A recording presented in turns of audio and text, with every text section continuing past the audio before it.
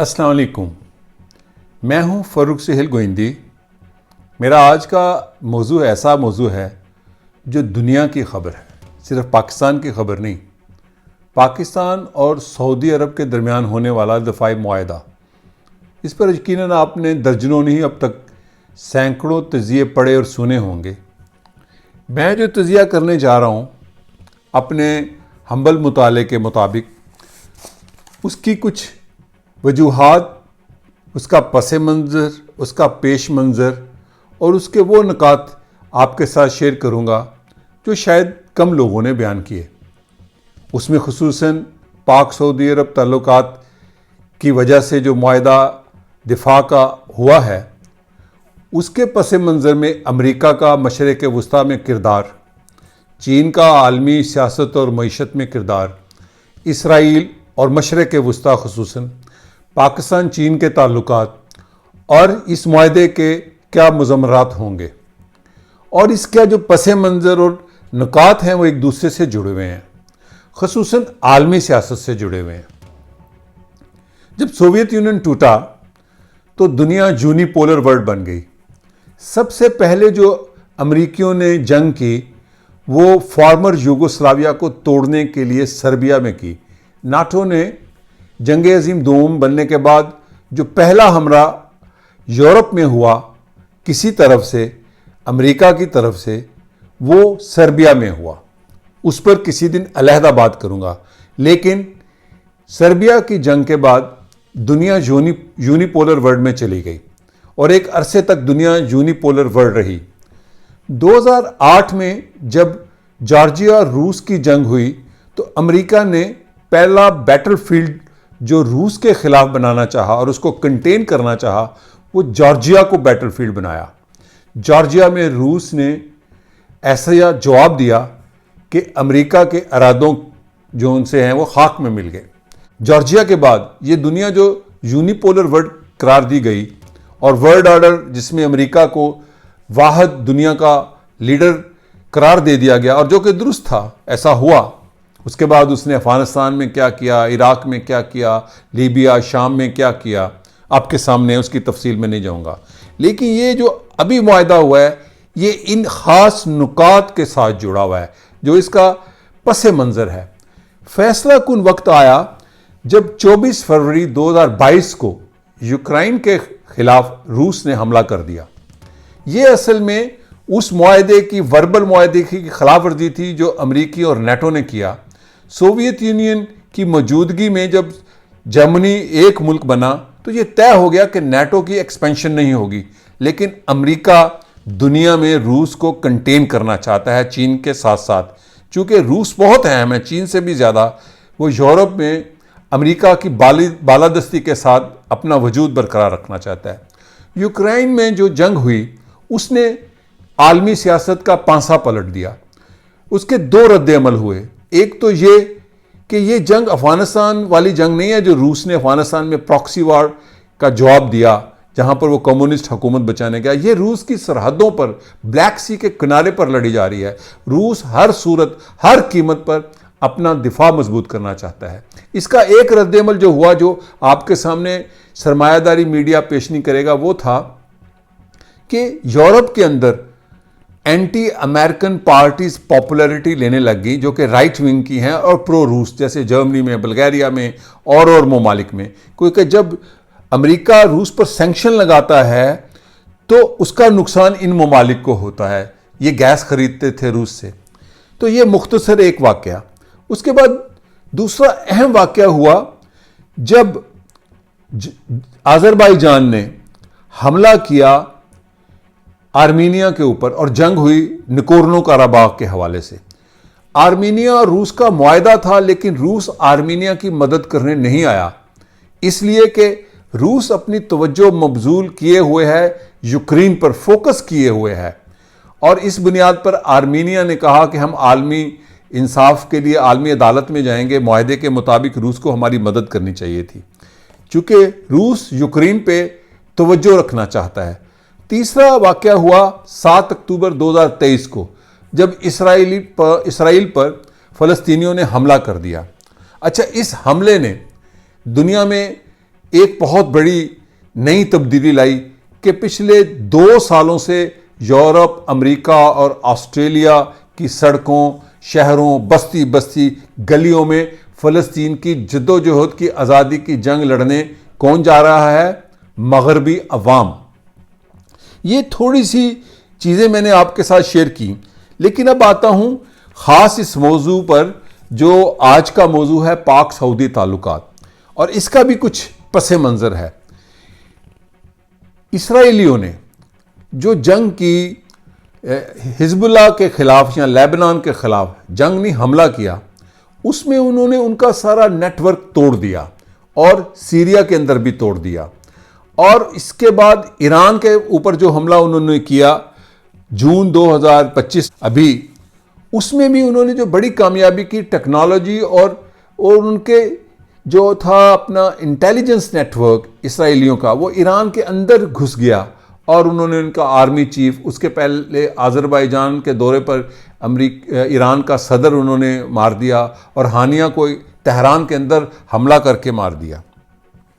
ایران کی جنگ، اس کے بعد فیصلہ کن جنگ ہوئی ہے اس خطے میں، مشرق وسطیٰ، جنوبی ایشیا اور سینٹرل ایشیا کا جو سنگم ہے وہ پاکستان اور ہندوستان کی 4 دن کی جنگ ہے۔ میرا انالیسس نان بائسڈ ہے، میں جنگوں کے خلاف ہوں، لیکن جو انالیسس ہوتا ہے وہ نہ پرو جنگ ہوتا ہے نہ جنگ مخالف ہوتا ہے۔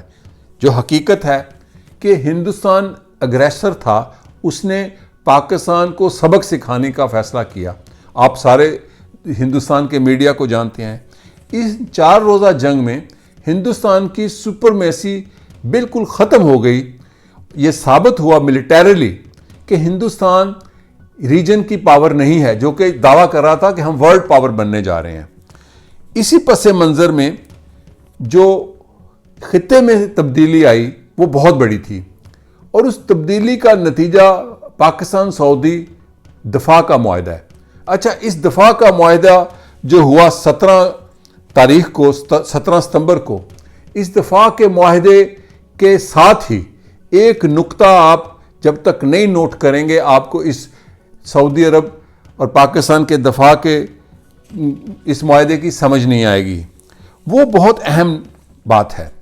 وہ بات یہ ہے کہ 17 ستمبر کو ہی، جس دن یہ معاہدہ ہو رہا تھا، یہ بہت سب سے اہم نقطہ ہے، سعودی عرب اور پاکستان معاہدہ کر رہے تھے، اسی روز پاکستان کے ریٹائرڈ جنرل خالد کدوائی نے اسلام آباد میں ایک پریس کانفرنس کی، جو کہ سینئر ایڈوائزر ہیں نیشنل کمانڈ اتھارٹی کے، اور وہ پاکستان کے ایک اہم اسٹریٹجک ادارے جس کا نام آرمی اسٹریٹجک فورس کمانڈ ہے، جو کہ نیوکلیر کمانڈ کو سے متعلق ہے، اس کے چیف رہے ہیں، اور وہ پاکستان کے نیوکلیر اور پاکستان کے میزائل پروگرام کے حوالے سے اہم ترین شخص ہیں۔ انہوں نے اس پریس کانفرنس میں یہ بات عالمی دنیا تک پہنچائی، جو کہ دنیا کے پاور کوریڈورز تک پہنچنا اہم تھی۔ وہ یہ تھی کہ پاکستان کیپیبل ہے ٹریڈیشنل وار میں، یعنی کہ نیوکلیر وار کے بغیر، جس میں اب میزائل بھی آتے ہیں، ہم اپنا دفاع کر سکتے ہیں۔ یہ بہت بڑا ایک میسیج تھا۔ یہ میسیج کیا تھا کہ ہم نیوکلیر استعمال نہیں کریں گے، ہماری اتنی اسٹریٹجک پاور ہے، میزائل پروگرام اور دوسری جو ملٹری ہمارے پاس فیسلٹیز ہیں اس حوالے سے۔ اس دوران میں آپ کو بتاتا چلوں کہ پاکستان نے آرمی راکٹ فورس کمانڈ بنایا ہے، ایک ادارہ، پورا ایک فوج کا، جیسے بری فوج ہوتی ہے، فضائی فوج ہوتی ہے اور بحری فوج ہوتی ہے۔ اس ادارے کے قیام کے بعد اس ریجن کی پالیٹکس بدلی۔ ہوا کیا ہے، جیسے میں نے شروع میں کہا کہ یہ یونی پولر ورلڈ نہیں رہی۔ یونی پولر ورلڈ امریکہ کے ہاتھوں سے نکل رہی ہے۔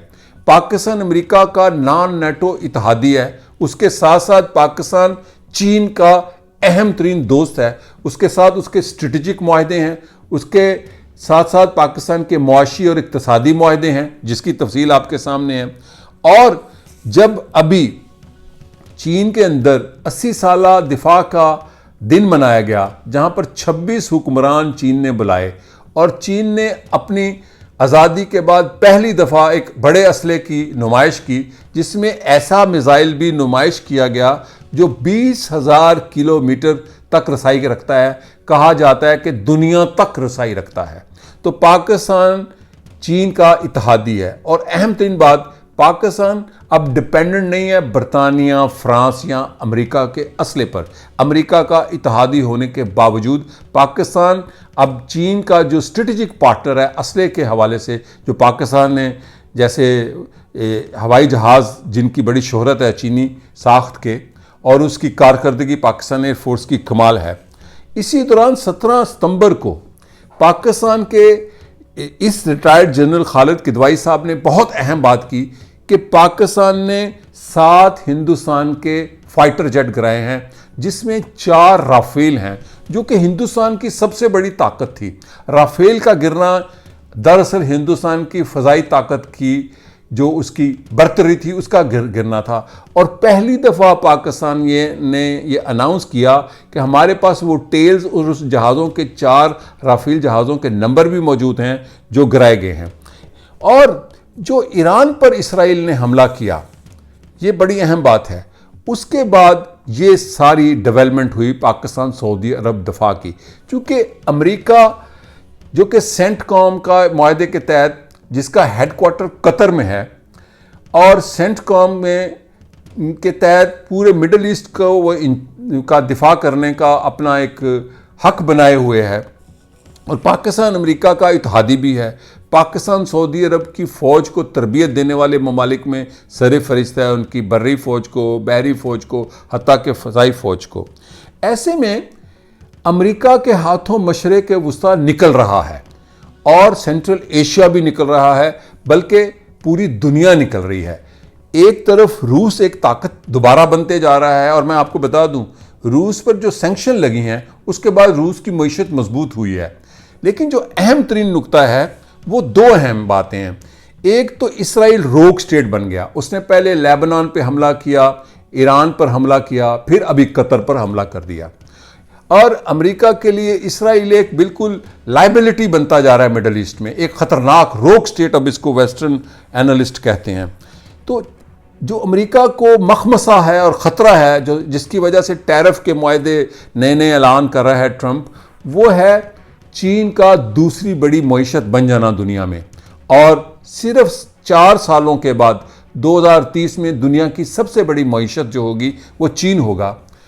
روس کے 12 فوجی اڈے ہیں مڈل ایسٹ میں، اور 30,000 فوجی، لیکن مڈل ایسٹ اس کے ہاتھوں سے نکل رہا ہے۔ اور امریکہ کو پاکستان کا دفاعی معاہدہ سعودی عرب کے ساتھ کرنے پر کوئی اعتراض بھی نہیں ہے۔ اس دوران چونکہ سعودی عرب بھی یہ سمجھتا ہے، یہ نقطے ایک دوسرے سے جڑنے والے ہیں، کہ 2030 تک کا جو ویژن ہے شہزادہ سلمان کا، وہ یہ ہے کہ تیل ایک غیر اہم طاقت بنتا جائے گا معاشی طور پر، اور وہ ٹیکنالوجی کی طرف جانا چاہتا ہے 2030 میں۔ ایسے میں یہ چین ہی تھا جس نے معاہدہ کروایا ایران اور سعودی عرب کی دوستی کا چند سال پہلے، اور پاکستان ایک ریجنل اسٹریٹجک پاور بنتا جا رہا ہے۔ اب امریکہ ایک ایسی کمپلیکیٹڈ سچویشن میں ہے کہ ایک طرف چین جو دنیا میں فوجی اڈے نہیں بناتا، جو دنیا میں جنگیں نہیں کرتا، وہ بنیادی طور پر معاشی طور پر دنیا کے اندر غلبہ اس کو حاصل ہوتا جا رہا ہے۔ اور اسی دوران میں آپ کو ایک بڑی اہم آپ کے لیے خبر ہوگی کہ افریقہ کے 5 ایسے ممالک ہیں جو فرانس کے ہاتھوں سے نکل چکے ہیں، اور وہاں پر ملٹری کو ڈیٹا پاپولر ہوئی ہے، اور وہاں پر روس کا اثر ہے۔ تو چین کا جو مظاہرہ ہوا ابھی جب پریڈ ہوئی، تو اس میں 26 جب حکمران بلائے گئے، تو کہا جاتا ہے کہ اس میں 4 حکمران یا ممالک بڑے اہم تھے: شمالی کوریا، پاکستان، ایران اور روس۔ یہ 4 حکمران اس کے ساتھ ساتھ تھے، یعنی دنیا ایک نئے اتحاد کی طرف جا رہی ہے ان اناؤنسڈ۔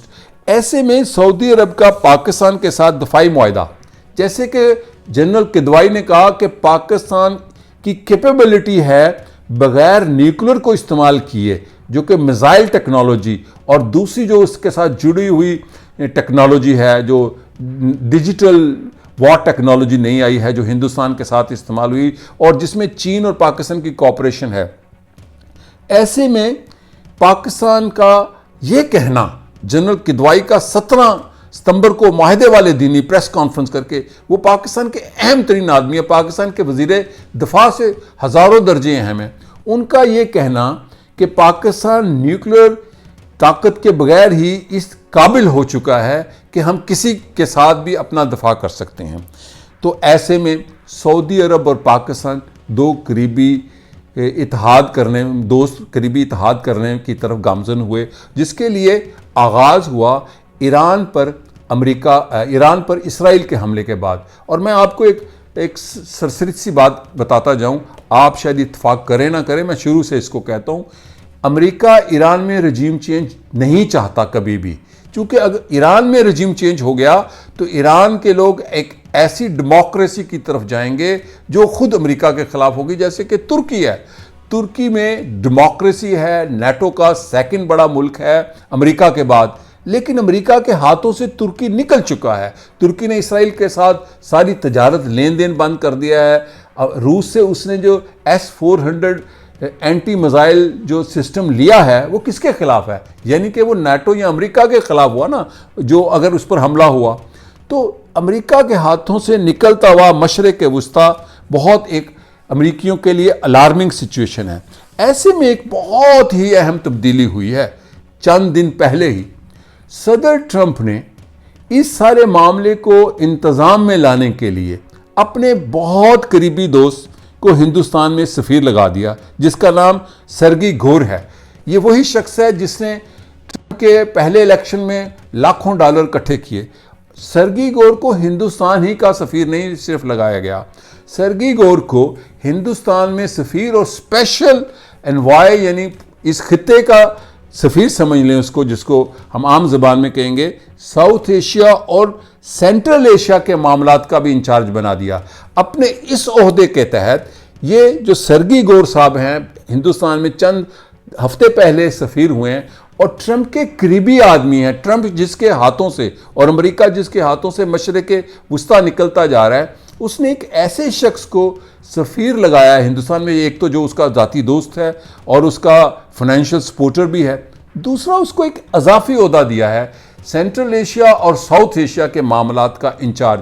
یعنی وہ اب بغیر اجازت کے پاکستان پورے ساؤتھ ایشیا کا سفر کر سکتا ہے اور سینٹرل ایشیا کا، یعنی کہ پاکستان کی ملٹری پولیٹیکل اسٹیبلشمنٹ کے ساتھ، ساؤتھ ایشیا کی ملٹری اور پولیٹیکل اسٹیبلشمنٹ کے ساتھ اور سینٹرل ایشیا کے ساتھ، یعنی کہ اس خطے کے معاملات کی نگرانی ہندوستان میں بیٹھا امریکی سفیر کرے گا.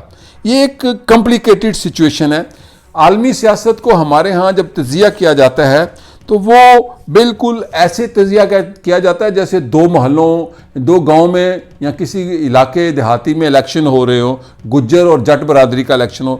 ورلڈ پالیٹکس بڑی کمپلیکیٹڈ ہے. پاکستان سعودی عرب کا معاہدہ، ایک تو یہ بات جو میں نے جنرل کدوائی صاحب کے حوالے سے، اس میں کوئی نیوکلیر اسلحہ استعمال نہیں کرے گا. اگر پاکستان نے کہا کہ ہم اس کے علاوہ ہی دفاع کر سکتے ہیں تو یہ در حقیقت میسج تھا کہ سعودی عرب کو یہ اسلحہ نہیں دیا جائے گا. اچھا، اب اس پر امریکہ کو بھی اعتراض نہیں ہے، چونکہ اسرائیل جو کہ ایک روگ سٹیٹ بنتا جا رہا ہے اور خطے میں چین کا اثر و رسوخ بڑھ رہا ہے، اور چین کو مشرق وسطیٰ میں امریکہ کے دفاعی معاملات سے کوئی غرض نہیں ہے، اس لیے کہ چین نے جہاں ایک طرف انسانی تاریخ کا سب سے بڑا معجزہ کیا ہے کہ 80 کروڑ لوگوں کو غربت کی لکیر سے اوپر لائے، اور دوسرا چین کو دنیا میں جنگوں میں مداخلت کیے بغیر اور جنگیں کیے بغیر، فوجی اڈے بنائے بغیر، فوجی بالادستی بھی ہو گئی ہے اب اس کی، خصوصاً میزائل پروگرام میں، اور جیسے اس کے طیاروں نے رافیل جیسے طیارے گرائے اب اور بالادستی ہو گئی ہے. دوسری طرف چین نے جو ایک نیا غیر اعلان شدہ الائنس کیا ہے وہ بھی ایک اس کی طاقت ہو گیا ہے، اور چین معاشی طور پر ایک طاقت بنتے ہوئے دنیا میں امریکہ کو معاشی طور پر اس مقام پر لے آئے گا کہ جہاں سے اس کی طاقت از خود کمزور ہونا شروع ہو چکی ہے. اور پاکستان اس میں چونکہ ایک بینیفیشری ہے چین کا، شروع دن سے روز اول سے اتحادی ہے، اور کیوں اتحادی ہے اس کی ایک تہذیبی وجہ بھی ہے، وہ میں کسی دن بتاؤں گا. تو جو پاکستان سعودی عرب کا معاہدہ ہے اس کی تفصیل میں نے آپ کو بتائی، لیکن اس کے دوران ہی میں کچھ چین کے حوالے سے ایک دو پوائنٹس اور بھی بتا دوں. چین نے چند دن پہلے ہی فلسطین کے 12 گروپس کی اہم میٹنگ بلائی ہے. یہ کس بات کا پیغام ہے؟ یہ اس بات کا پیغام ہے کہ چین فلسطینی معاملات یا مشرق وسطیٰ سے لا تعلق نہیں ہے، اور چین کو سعودی عرب کے ساتھ پاکستان کا معاہدہ کرنے پر بھی کوئی اعتراض نہیں ہے، چونکہ چین ہی وہ تو ملک ہے جو سعودی عرب اور ایران کو قریب لایا۔ تو پاکستان کی یہ سمجھیں خوش قسمتی ہے کہ وہ نیوکلیر پروگرام، وہ میزائل پروگرام جس کی بنیاد سیاسی لیڈرشپ نے رکھی، ذوالفقار علی بھٹو نے اور بینظیر بھٹو نے میزائل پروگرام کو آگے بڑھایا۔ یہ ایک حقیقت ہے کہ آج پاکستان ایک ریجنل امپورٹنس اختیار کیے جا رہا ہے۔ میں نے جب کبھی ایسا کہا کہ پاکستان ایسا کوئی پنجابی میں کہتے ہیں ہائی مائی ملک نہیں ہے، تو کئی لوگوں نے مذاق اڑایا۔ میں پاکستان کے اندر سیاسی جو نظام ہے، جو کرپشن ہے، اس کا تو نقاد ہوں، لیکن پاکستان کوئی ایسی چھوٹی موٹی ریاست نہیں ہے، اس کی ایک طاقت ہے۔ آج پاکستان ایک ایسی پوزیشن پہ ہے جو مڈل ایسٹ میں اپنا زیادہ رول ادا کرے گا، اور مڈل ایسٹ میں ایک نیا فیئر اور خواہش بڑھ رہی ہے، ایمبیشس۔ وہ یہ ہے، یہ خصوصاً جو 6 ممالک ہیں جی سی کے، ان میں کہ ہم زیادہ سے زیادہ خود مختاری کی طرف جائیں، امریکہ پر ڈیپینڈنس کم ہو۔ تو اس کمپلیکیٹڈ سچویشن میں پاکستان اور سعودی عرب کا دفاع کا معاہدہ ہوا۔ پہلا نقطہ تو یہ کہ اس میں کوئی میزائل، کوئی نیوکلیر معاہدہ نہیں ہے۔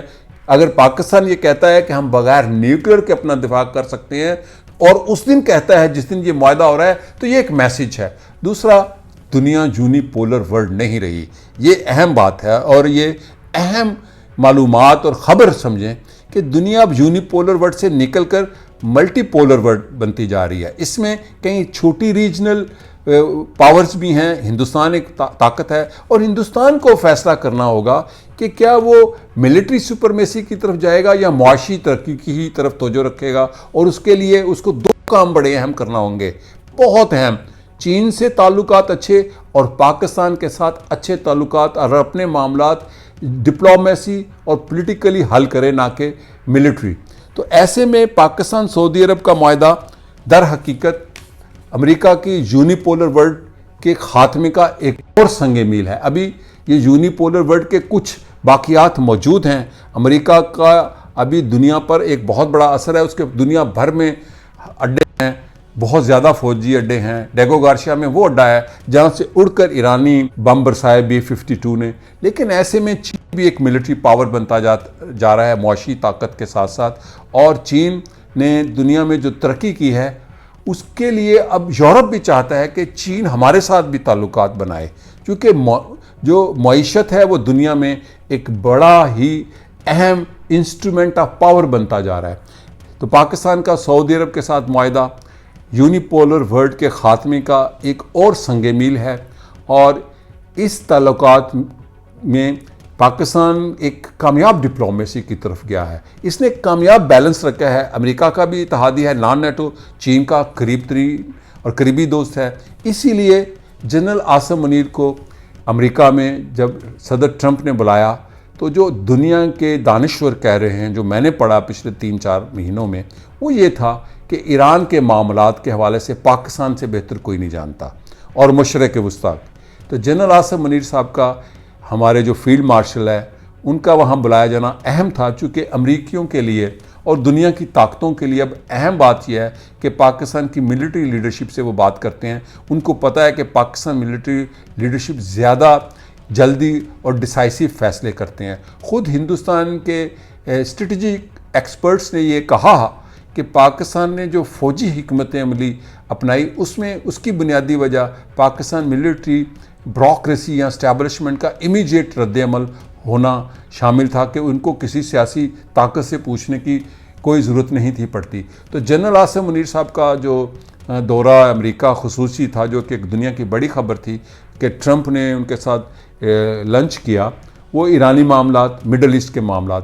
اور ہاں، میں آپ کو ایک اور اہم بات بتاؤں، اس یونی پولر ورلڈ میں اسرائیل امریکہ کا کتنا بڑا کوریڈور کے طور پر بنایا گیا 40 کی دہائی میں، تو اس کو کوریڈور آف ویسٹرن سیولائزیشن اور طاقت کہا۔ 2024 میں 4 ملکوں نے فلسطین کو ریاست کے طور پہ مانا، آئرلینڈ، ناروے، اسپین اور سلووینیا۔ 2025 میں UK، Canada, Australia, Portugal, France, Andorra, Luxembourg, Malta اور مناکو 9 ممالک نے مانا، اور ایک لائن لگی ہوئی ہے فلسطین کو ویسٹرن کنٹریز کی طرف سے ریکگنائز کرنے کے لیے۔ یہ اسرائیل کی شکست ہی نہیں، یہ خود اس یونی پولر ورلڈ کی بھی شکست ہے جس کا بانی امریکہ تھا۔ تو پاکستان سعودی عرب تعلقات کے دوران پاکستان سعودی عرب کا معاہدہ خوش آئند ہے، لیکن ایک بات آخر میں، پاکستان جہاں اٹامک پاور ہے، پاکستان ایک ملٹری پاور ہے، پاکستان کے لیے بھی لازم ہے کہ وہ ایک معاشی طاقت بھی بنے، تعلیم یافتہ قوم کے طور پر طاقت بنے، ایک تعلیم یافتہ سماج کی، اور اپنے لوگوں کو انصاف دینے والی ریاست۔ شکریہ اور خدا حافظ۔